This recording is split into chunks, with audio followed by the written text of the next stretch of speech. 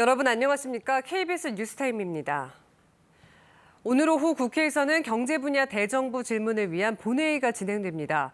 현재 해병대원 특검법안이 먼저 상정돼야 한다며 특검법을 처리하려는 민주당과 이를 막으려는 국민의힘 사이에 강한 대치가 예상됩니다. 국회 취재기자 연결해 보겠습니다. 문예슬 기자, 본회의 시작이 됐습니까? 네, 당초 오늘 경제 분야 대정부 질문을 위한 본회의가 오후 2시로 예정돼 있었는데요.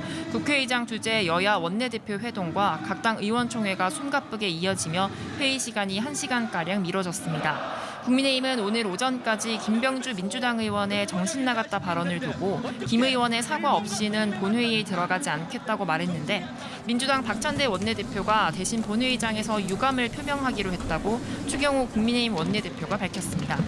현재 본회의 의사 일정은 해병대원 특검법 상정이 선순위로, 대정부 질문이 후순위로 정리돼 있습니다.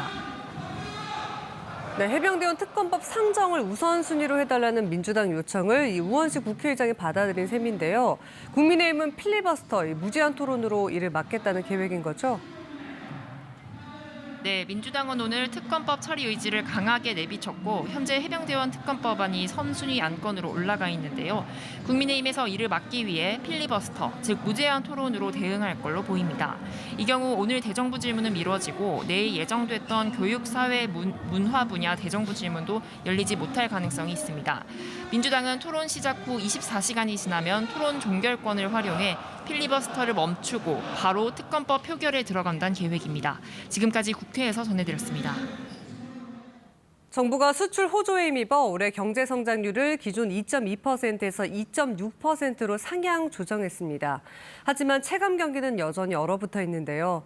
정부는 취약계층인 소상공인의 배달료를 지원하는 등 총 25조 원을 투입하기로 했습니다. 하반기 경제 정책 방향 김진아 기자가 보도합니다. 정부는 오늘 2024년 하반기 경제정책 방향을 발표했습니다. 먼저 올해 우리나라 경제는 2.6% 성장할 것이라고 내다봤습니다. 당초 2.2%에서 올려 잡았습니다. 예상보다 양호한 수출 회복세 때문입니다. 다만 내수에 대해서는 수출에 비해 더딘 회복 속도로 체감 경기 개선이 제약될 거라고 평가했습니다. 이로 인해 가장 큰 타격을 받고 있는 소상공인 지원 등에 정부가 25조 원을 투입합니다. 우선 최근 소상공인들이 큰 부담으로 꼽는 배달비 지원 방안을 검토한 뒤 하반기 중에 상생 방안을 발표하기로 했습니다. 최대 20만 원의 전기요금 지원 대상도 기존 연매출 3천만 원 이하에서 6천만 원 이하로 확대합니다. 소상공인 채무 부담을 덜어주는 대책도 내놨습니다. 정책자금 상환 연장 대상에 대한 조건을 폐지하고 저금리 대출로 갈아탈 수 있는 대환 프로그램의 요건도 대폭 완화합니다. 폐업 같은 어려운 상황에 부닥쳤을 때 소상공인의 생활 안정을 위해 가입하는 노란우산 공제 납입액에 대한 소득 공제 한도도 연 최대 500만 원에서 600만 원으로 확대합니다. 생계비와 물가 안정에는 약 5조 6천억 원이 투입됩니다. 실업자와 비정규직 등에 지원하는 생계비 대부 한도를 1인당 1,000만 원에서 1,500만 원으로 늘리고 치료비가 일정 수준을 넘어서 생계를 압박하는 상황에 대한 재난적 의료비 지원도 확대합니다. 농수산물 가격 안정을 위해 51개 농산물 식품 원료의 할당 관세를 적용하고 수급 불안을 겪고 있는 사과와 배에 대해 계약 재배를 확대하기로 했습니다. 공공요금의 경우 원가 절감 등을 통해 인상 요인을 최소화하고 불가피한 경우 인상 시기를 분산하거나 늦추는 등 국민 부담을 완화하겠다고 정부는 밝혔습니다. KBS 뉴스 김진아입니다. 가계대출 증가 속도를 늦추기 위해 KB국민은행이 주택담보대출 금리 인상에 나섭니다.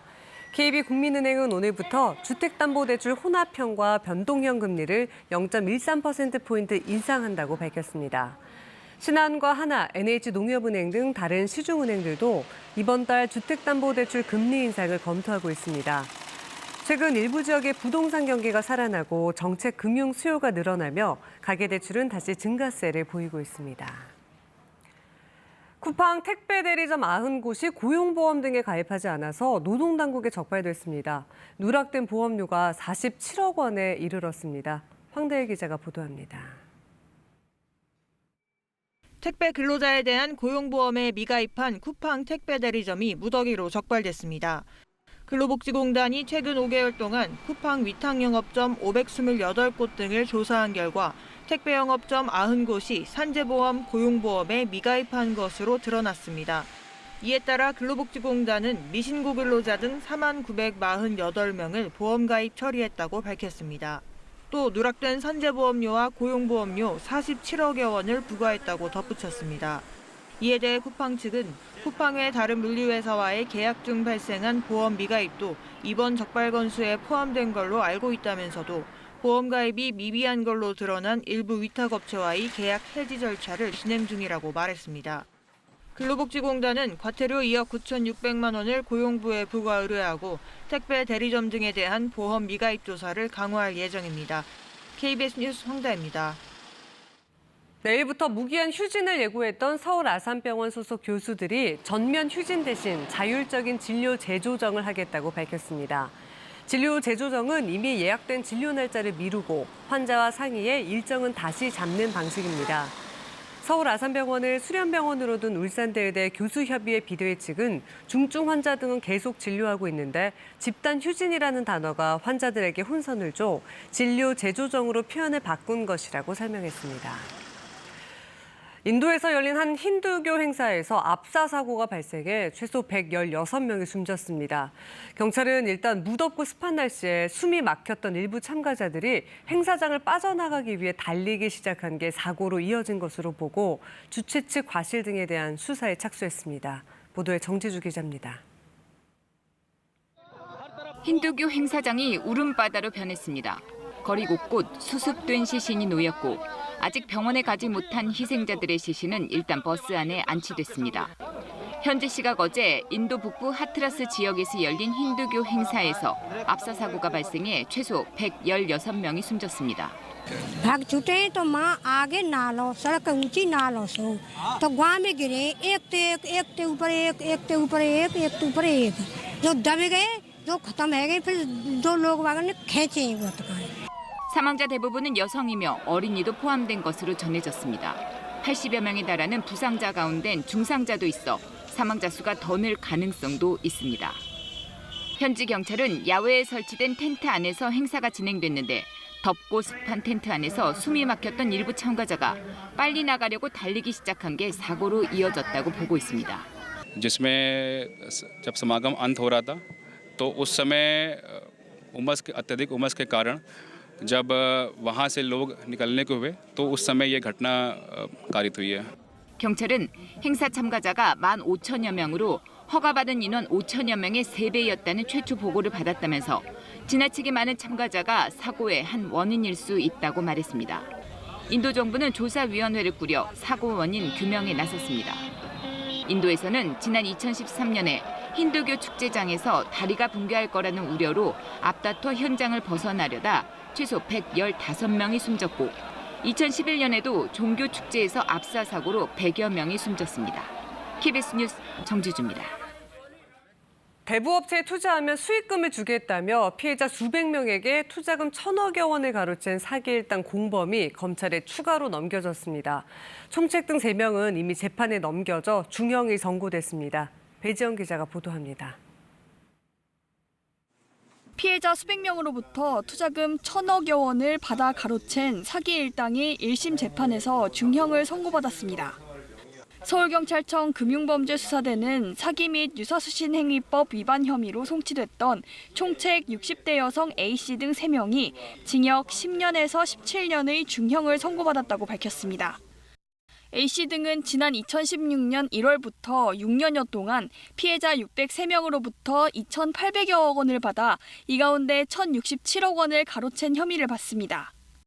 이들은 대부업체에 투자하면 카지노나 경마장, 코인 회사 등에 재투자해 투자금 5%를 매달 수익금으로 주겠다고 피해자들을 속였습니다. 실체가 없는 투자처를 미끼로 투자금을 받고 이를 기존 투자자들에게 수익금처럼 지급하는 이른바 폰지 사기 수법이었습니다. 지난 5월 1심 재판부는 총책 A씨에게 징역 17년, 최상위 투자 모집책 B씨와 C씨에게는 각각 10년의 중형을 선고했습니다. 피해자들의 애환을 이해하고 경제적 살인에 해당하는 피의자들의 범행에 대해서 충분히 헤아려 주시고 받아주신 게 아닌가. 특히 총책 A씨는 자신의 오빠와 조카 명의로 차명 계좌를 개설하는 등 친인척을 범행에 동원했습니다. 경찰은 범행에 가담한 A씨의 친인척 4명과 투자자 중간 모집책 14명을 지난달 말 추가로 검찰에 넘겼습니다. 수사 과정에서 중간 모집책들은 A씨 등을 고소하며 피해자로 위장했지만 계좌 분석을 통해 범행 가담 정황이 확인됐습니다. 경찰은 2022년 서울 지역 일선경찰서에 접수된 관련 고소사건 42건을 병합해 이 사건을 수사해왔습니다. KBS 뉴스 배지연입니다. 31명의 사상자로 인해 화재가 발생한 경기 화성 리튬 전지 제조 공장 아리셀에 대해 정부가 특별 감독에 나섭니다. 고용노동부는 오늘부터 2주간 아리셀 공장이 화재가 발생한 건물을 포함해 공장 전체에 대해 산업안전보건 특별 감독을 시행한다고 밝혔습니다. 고용부는 이번 감독에서 화재 폭발 예방 실태와 안전보건교육 등을 중심으로 산업안전보건법상 안전보건수칙 전반에 대한 준수 여부를 확인할 계획입니다. 경기도가 화성 화재 사고 희생자와 유가족에게 긴급 생계 안정비를 우선 지원하고 회사 측에 구상권을 청구하기로 했습니다. 김동연 지사는 오늘 기자회견을 열고 비극적이고 이례적인 이번 사건의 특수성을 고려해 예비비를 통해 지원하기로 했다고 밝혔습니다. 경기도는 사망자 23명의 유가족에게는 3개월분 긴급 생계비인 550만 원, 중상자 2명에게는 2개월분 367만 원, 경상자 6명에는 1개월분 183만 원을 긴급 지원합니다. 한국소비자원이 국내 4대 편의점 프랜차이즈의 소비자 만족도를 조사한 결과 GS25가 가장 높은 것으로 나타났습니다. 소비자원은 오늘 최근 6개월 이내 편의점을 이용한 소비자 1,600명을 대상으로 한 종합 만족도 조사 결과를 발표했습니다. 5점 만점의 GS25는 3.89점으로 1위를 기록했고 이어 CU, 이마트24, 세븐일레븐이 뒤를 이었습니다. 내일은 다시 정체전선의 영향으로 장맛비가 내리겠습니다. 모레까지 대부분 지역에 30에서 80, 경기 남부엔 최대 100, 충청과 전북엔 최대 150mm 이상의 많은 비가 내리겠습니다. 내일 오후 수도권과 충남에 비가 내리기 시작하겠고 비구름이 점차 내려가면서 남부지방에도 비가 내리겠습니다. 내일 밤부터 모레 아침 사이엔 시간당 30에서 50mm의 매우 강한 비가 오는 곳도 있겠습니다. 이번에도 비의 양이 많고 강한 비가 예상돼 대비해야 합니다. 내일 아침 기온은 강릉이 25도, 제주가 26도로 동해안과 제주도에선 열대야가 나타나겠습니다. 낮 기온은 서울이 28도, 광주가 31도, 대구가 33도로 비가 내리기 전까지 후텁지근하겠습니다. 바다의 물결은 동해 먼바다에서 3.5m까지 높게 일겠습니다. 기상정보였습니다. KBS 뉴스타임 마칩니다. 고맙습니다.